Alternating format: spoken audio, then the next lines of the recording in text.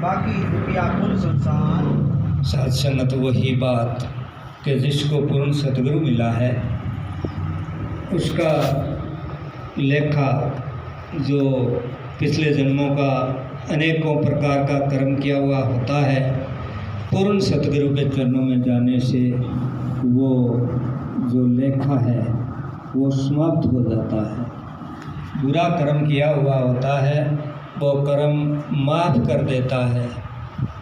निराकार परमात्मा का स्वरूप सतगुरु माता जी आज हम सभी का जो इंसानी जन्म में आए हैं, हमारा ही नहीं, जो इंसानी जन्म में आए सबका लेखा साफ कर देता है। पिछला जो भी कर्म किया हुआ है, जिस प्रकार सत्संगत गीता में कृष्ण भगवान ने कहा कि अनेकों सालों का ढेर कांटों का होता है और एक तिल्ली उसमें डाल देते हैं तो अनेकों साल जलने में नहीं लगेगा, एक ही पल में वो जितने भी कांटे हैं वो जलकर राख हो जाएगा। इसी प्रकार सतगुरु की कृपा जिन पर हो गई, सत्संगत जो सतगुरु मिल गया पूर्ण, उनका लेखा जैसा साफ हो गया, क्योंकि ये पूर्ण के साथ जोड़ता है, ये पूर्ण होता है और जो चरणों में आता है उसको पूर्ण ही कर देता है। और पूर्ण तो होता है परमात्मा, तो परमात्मा मोही तो ही मोही अंतर कैसा। सत्संगत कितना परोपकारी संत होते हैं जो इतना सालों का इतना कर्म किया हुआ पल में ही माफ़ कर देते हैं। तो सतगुरु का कर्जा तो हम लाख जन्म लेकर के भी नहीं उतार सकते। तो इसलिए चरणों में यही अरदास बनती है, सतगुरु के प्रति समर्पित रहे जीवन भर। और सत्संगत सतगुरु पूरा मिला है, उनका लेखा साफ हो जाता है। पूर्ण सतगुरु की यही निशानी कर दे पल में ही पल्ली पार। सत्संगत इसलिए पूर्ण सतगुरु मिला है जो हमेशा हमेशा के लिए मिलता रहा। आज ही नहीं, आज सतगुरु माता सुदीक्षा समय के सतगुरु है और हम चरणों में पहुँचे हुए हैं। तो सत्संगत हमारा भी लोक सुखी और परलोक सुहेला हो जाता है। सत्संगत कष्ट नहीं आए उस जन को जिस पर हो सतगुरु का हाथ, लोक सुखी परलोक सुहेला, यहाँ वहाँ वह रहता साथ। सत्संगत सतगुरु कृपालु हो जाते हैं, उनके ऊपर कोई दुख तकलीफ कष्ट नहीं आता, क्योंकि हम सतगुरु के प्यारे हैं, इस निराकार परमात्मा के प्यारे हैं। और जो प्यारा होता है एक पिता के बच्चा, हर हालत में वो पिता और माता उसकी निगरानी, उसकी सुरक्षा, कोई दुख तकलीफ नहीं आने देता है। इसीलिए ये परम पिता परमात्मा, ये सतगुरु हमारे ऊपर कोई भी प्रकार का दुख तकलीफ नहीं आने देता है, क्योंकि ये सतगुरु पूर्ण होता है और परमात्मा पूर्ण होता है। तो हमारा काम भी किया हुआ पूर्ण कर देता है। और लोक सुखी और परलोक सुहेला की बात यहाँ पर हो रही है। लोक सुखी का अर्थ यही है कि हम इस निराकार परमात्मा के साथ अपना मन का नाता जोड़ लेते हैं सतगुरु की कृपा से। अपने आप तो हम जोड़ नहीं पाते। सतगुरु की जब हमारे ऊपर सतगुरु का हाथ होता है तो सतगुरु मेहर कर देता है, रहमत कर देता है। जिस जीव के ऊपर सतगुरु रहमत करता है, सत्संगत उसी का ही लोक सुखी होता है। सुखी क्यों होता है? सुख के सागर के साथ, आनंद के स्रोत के साथ हम जुड़ जाते हैं, फिर दुख कहाँ से आएगा। सत्संगत एक रूम होता है, रूम में ऐसी लगी हुई होती है और हम यहाँ चिपक जाए और कहे कि ठंडा तो है ही नहीं, ठंडक तो मिल ही नहीं रही है, तपिश मिल रही है, तो साथ संगत भूल किसकी है? हमारी है। ऐसी तो अंदर है, यदि अंदर जा कर के ऐसी का आनंद लेंगे तो ठंडक मिलेगी, नहीं तो ये तपीस तो मिले हीगी। इसलिए संसार में अनेकों प्रकार के भ्रम और भ्रांतियाँ फैली हुई है, लेकिन सतगुरु क्या करता है? ब्रह्म की प्राप्ति और भ्रम की समाप्ति।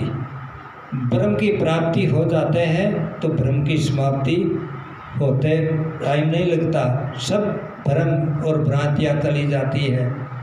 इसलिए संत महात्मा हमेशा हमेशा के लिए ये पुकार पुकार कर कहते हैं, ये अनेकों जो भ्रम है, ये अनेकों भ्रांतियाँ हैं, इनसे ऊपर उठना है। जो शरीर 5 तत्वों का माया का है, ये तो माया का बना हुआ है, माया में ही रहना है। कहाँ जाना है? माया में रहेगा। इसलिए संत महात्मा कहते हैं, पानी केरा बुदबुदा मानुष की जात, देखत ही छिप जाएगा जो तारा पर हाथ। सत्संगत, ये जो माया का पुतला है, माया में रहेगा, फर्जों को निभाना है।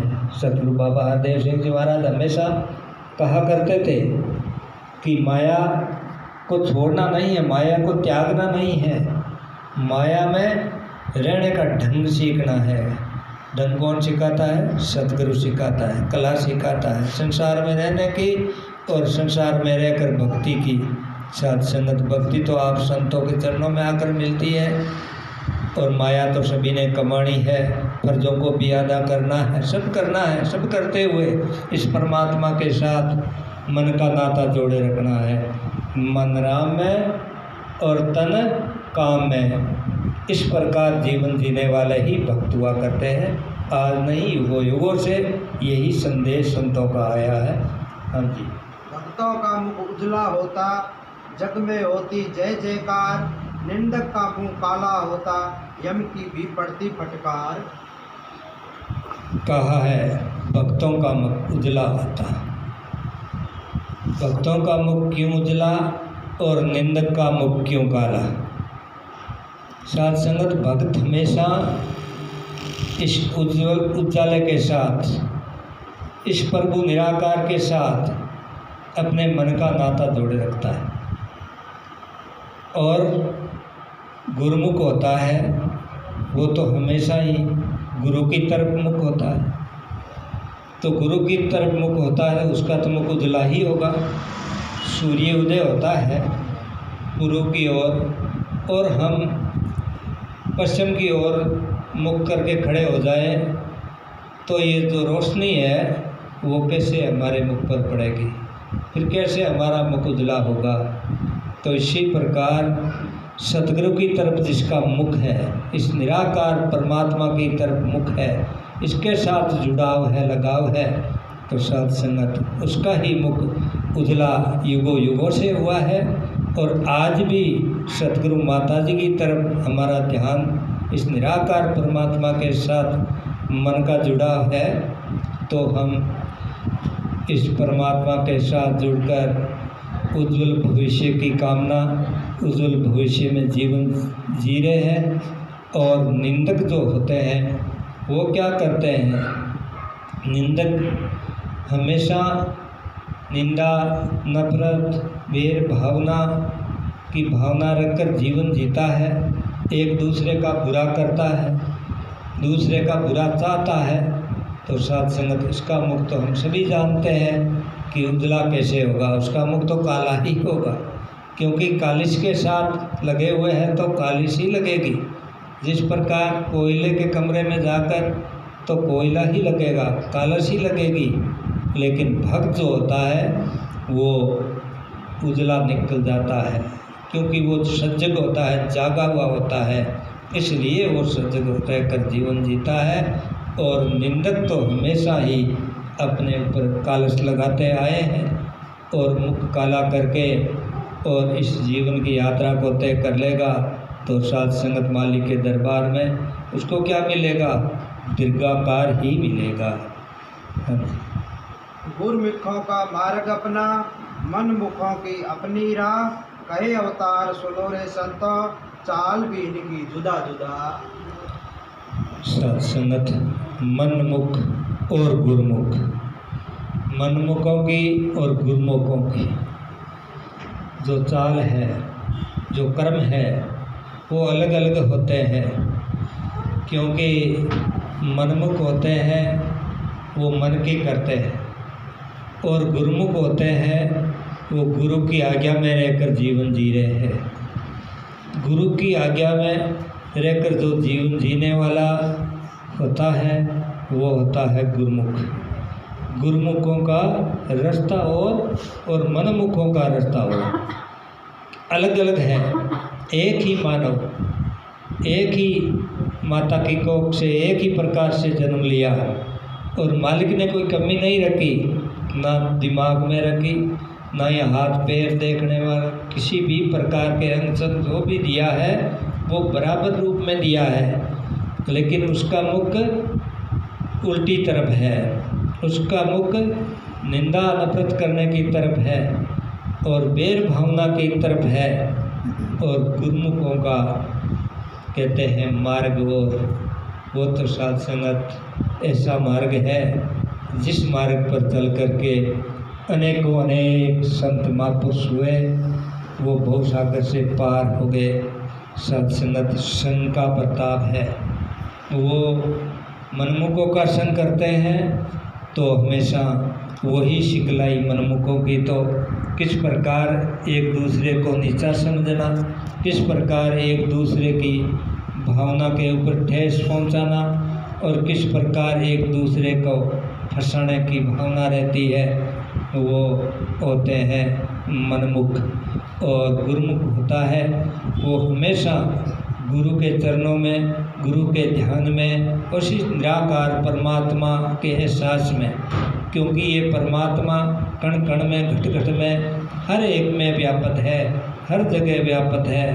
कहते हैं कि खालक खालक मही खालको, सत्संगत खालक खालक में खालको, सब ठारे और समाई, खालक बिना खाली नहीं, सुई धन की ठोर। एक नोक सुई की इतनी भी जगह परमात्मा के बिना खाली नहीं है।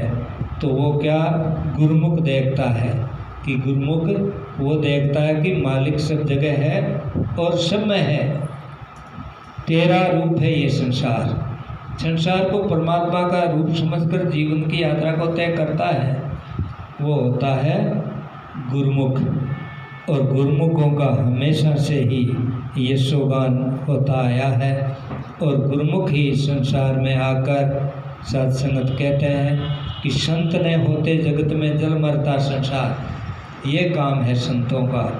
संत हमेशा ये अमृत बूंदें बरसाता है हर एक जीव के ऊपर। और मनमुख आप सभी जानते ही हो कि उसका कर्म क्या है, वो कर्म कैसा करता है।